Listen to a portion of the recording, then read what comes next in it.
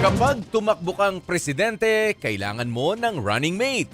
Umuugong ngayon ang posibilidad ng tambalang Sara Duterte at Amy Marcos para sa 2028 elections. Narito ang report ni Mean Los Baños.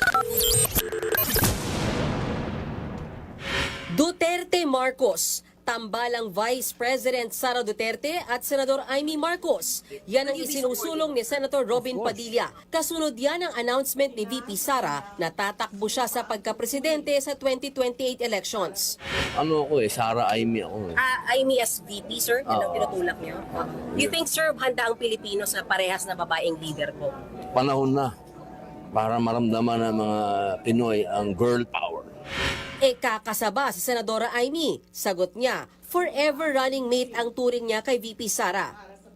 Sir, si Robin talaga. Well, kung sa bagay, talaga naman forever running mate ko naman talaga yan. Takbo, gapang, luhod, patayo, paupo. Hindi ko naman siya malanman iniwanan.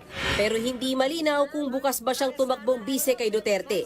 Willing kayo mag-VP kay VP Sara pag tumakbo siya sa 2028? Basta sunod-sunuran ako doon. Actually considering running for VP? Come, let's go. Tingin ni Senator Amy, mainam na nagdeklara na si VP Sara ngayon pa lang. Si VP Sara daw ang kabaliktaran ng administrasyong ito.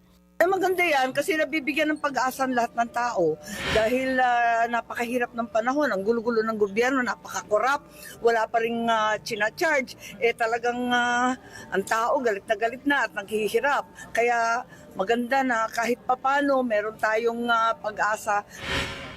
Ang isa pang kaalyado ng mga Duterte na si Senator Bongo, suportado rin ang kandidatura ni VP Sara pero iniwasan niyang sagutin kung bukas siyang maging running mate nito. Huwag muna natin pag-usapan yung politika po sa ngayon. Trabaho muna tayo. Hindi rin minasama ni Senate Minority Leader Alan Cayetano na tumakbong bise ni dating Pangulong Duterte ang maagang anunsyo ni VP Sara. For me, the earlier na lahat ng kandidato ay mag-announce better. Bakit? Kasi mas mahihimay ng lahat, mas bantay ang kanilang kilos. Of course, I wish her well. Si Senator Risa Hontiveros una nang sinabing bukas siyang tumakbo sa pagkapangulo pero hindi pa ito final. Sa panayam ni Frontline Pilipinas anchor Cheryl Cosim sa programang The Long Take ng One News kay Hontiveros, inamin niyang si VP Sara ang pinakamalakas na kalaban ng oposisyon. Is the opposition po open to support from within the administration, if only to prevent a Sara victory? Wala pang ganung usapan.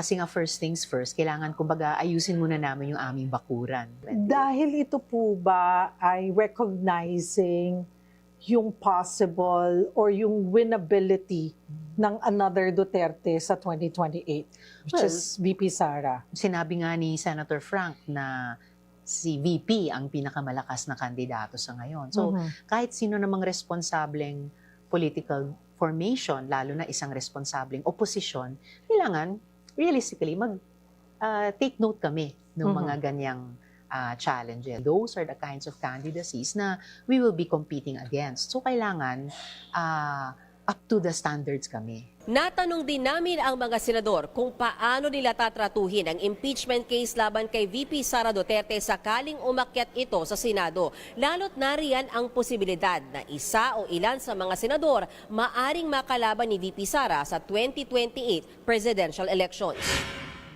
Sabi ni Senator Risa, gagawin nila ang kanilang trabaho bilang senator judges at magdedesisyon at boboto ng naayon sa ebidensya.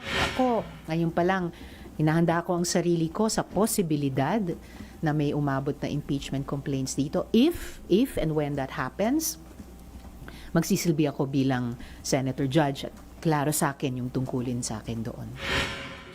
Sabi naman ni Senate President Tito Soto, inaasahan niyang magiging patas ang lahat ng senador sa pagtrato sa nakaambang impeachment case. We are expected to be impartial. So kahit kandidato, hindi kandidato, kahit sino pa yan, doesn't matter. Mga kapatid, ako po si Ruth Cabal. Dito tayo sa totoo, dito tayo sa True FM. Mag-follow at mag-subscribe din po kayo sa aming social media accounts at True Network PH. Diyan po yan sa aming X na dating Twitter, sa FB, sa Instagram, sa YouTube, sa TikTok at sa mga podcasts. At syempre, Tutok din po kayo sa Signal True TV Channel 19.